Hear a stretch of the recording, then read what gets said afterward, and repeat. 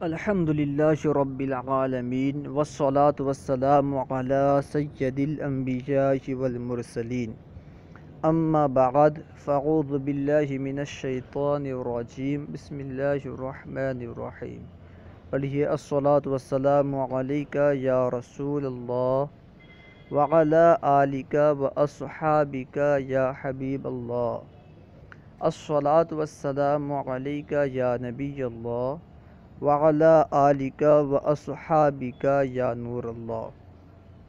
آج ہم فعل مضارع کے بارے میں پڑھیں گے کہ فعل مضارع کسے کہتے ہیں اور فعل مضارع بنانے کا طریقہ کیا ہے۔ تو آئیے ہم شروع کرتے ہیں۔ اس سے پہلے آپ سے عرض ہے کہ آپ ہمارے چینل فیضان درس نظامی کو اگر سبسکرائب نہیں کیے ہیں تو سبسکرائب کر لیں۔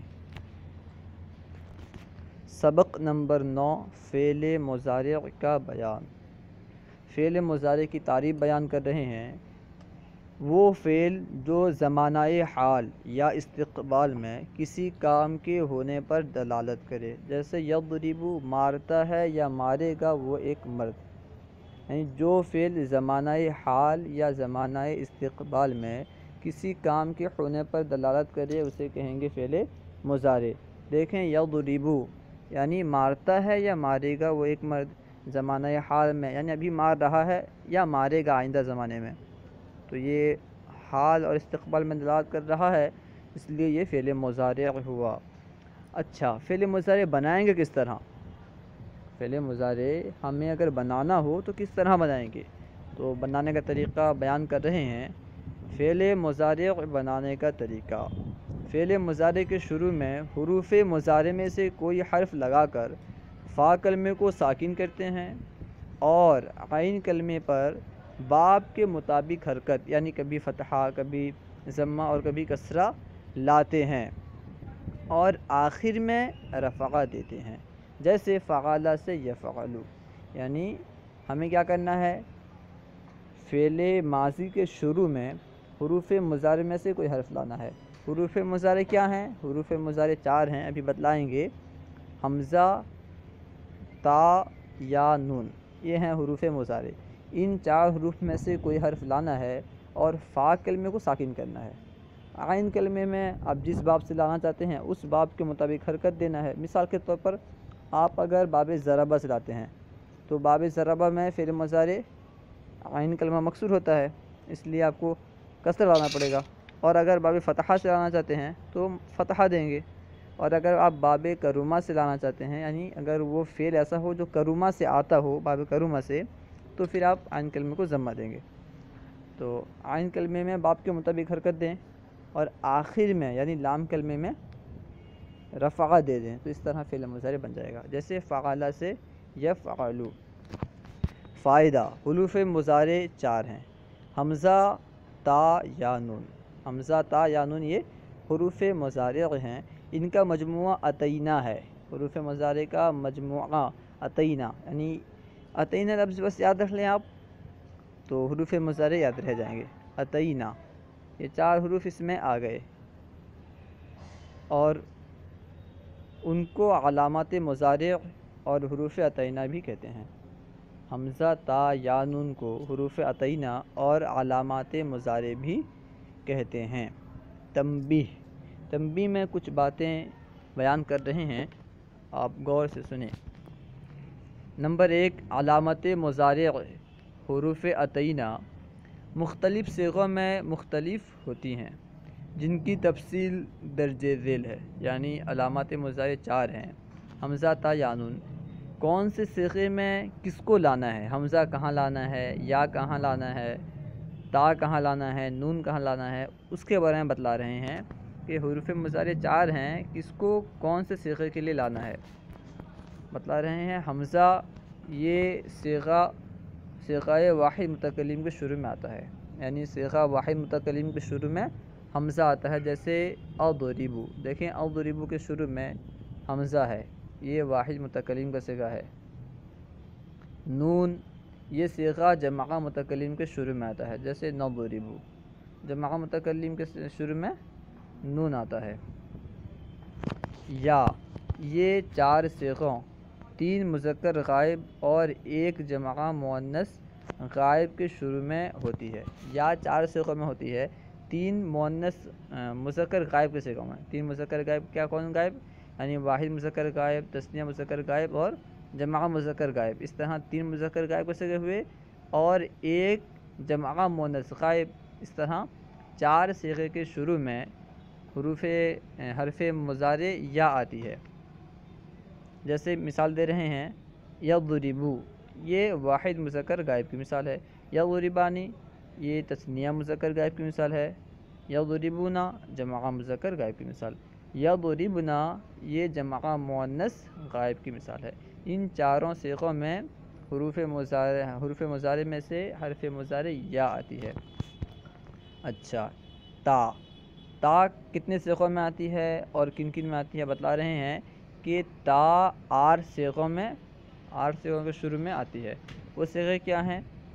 2 واحد و تثنیہ مؤنث غائب، 2 واحد و تثنیہ مؤنث غائب اور 6 مذکر و مؤنث حاضر۔ ان کے شروع میں کیا ہوتی ہے؟ تا ہوتی ہے۔ حروف مضارع میں سے تا آتی ہے۔ مثال دیکھیں، تضربو تضربانی، تضربو یہ واحد مؤنث غائب ہے، تضربو، تضربانی تثنیہ مؤنث غائب ہے، اور تضربو تضربانی تضربونا یہ جمع کے صيغے ہیں۔ تضربو جمع مذکر واحد مذکر حاضر، تضربانی تثنیہ مذکر حاضر اور تضربونا جمع مذکر حاضر۔ اسی طرح تضربینا واحد مؤنث حاضر اور تضربانی تثنیہ مؤنث حاضر اور تضربنا جمع مؤنث حاضر، یعنی 6 حاضر کے صيغے میں اور 2 ایک واحد مؤنث غائب اور 1 تثنیہ مؤنث غائب۔ ان کے شروع میں حروف مضارع میں سے تا آتی ہے۔ نمبر 2، مضارع کے 5 صيغوں یعنی 2 واحد مذکر غائب و حاضر، 1 واحد مؤنث غائب اور 2 واحد و جمع متکلم کے آخر میں رفع آتا ہے۔ مضارع میں کتنے صيغوں کے آخر میں رفع آتا ہے اسے بیان کر رہے ہیں کہ مضارع میں 5 صيغوں کے آخر میں رفع آتا ہے۔ 2 صيغے کیا ہیں؟ واحد مذکر غائب اور واحد مذکر غائب اور واحد مذکر حاضر۔ جیسے یضربو یہ واحد مذکر غائب کا صيغہ ہے، تضربو یہ واحد مذکر حاضر کا صيغہ ہے، اور 1 واحد مؤنث غائب، 1 واحد مؤنث غائب جیسے تضربو یہ واحد مؤنث غائب، اور 2 واحد و جمع متکلم، واحد و جمع متکلم، واحد متکلم جیسے اضربو، جمع متکلم جیسے نضربو۔ یہ 5 صيغے ایسے ہیں جن کے آخر میں رفع آتا ہے، اور ان کے علاوہ جو ہیں ان میں کسی میں نون آتا ہے اور کسی میں نون تثنیہ آتا ہے، کسی میں نون جمع آتا ہے۔ دیکھیں آگے بیان کریں گے ابھی۔ نمبر 3، مضارع کے 7 صيغوں 2 جمع مذکر غائب و حاضر، 1 واحد مؤنث حاضر اور 4 تثنیہ کے آخر میں نون اعرابی آتا ہے۔ پہلے 3 صيغوں میں یعنی 2 جمع مذکر غائب و حاضر اور 1 واحد مؤنث حاضر کے صيغوں میں نون اعرابی مفتوح ہوتا ہے۔ پہلے 3 صيغوں میں مفتوح اور باقی 4 صيغوں میں مکسور، یعنی پہلے 3 صيغوں سے مراد کیا ہے؟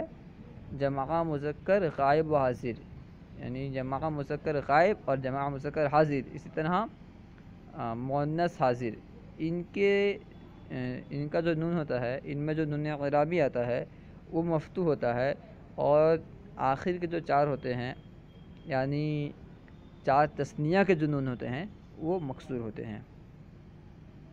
دیکھیں مثال دیکھیں، یضربونا یہ کون سا صيغہ ہے؟ جمع مذکر غائب کا صيغہ۔ یہاں دیکھیں نون، آخر میں نون آ رہا ہے، یہ نون اعرابی ہے اور مفتوح ہے۔ تضربونا یہ جمع مذکر حاضر کا صيغہ ہے، آخر میں نون آ رہا ہے، نون اعرابی ہے وہ اور مفتوح بھی ہے۔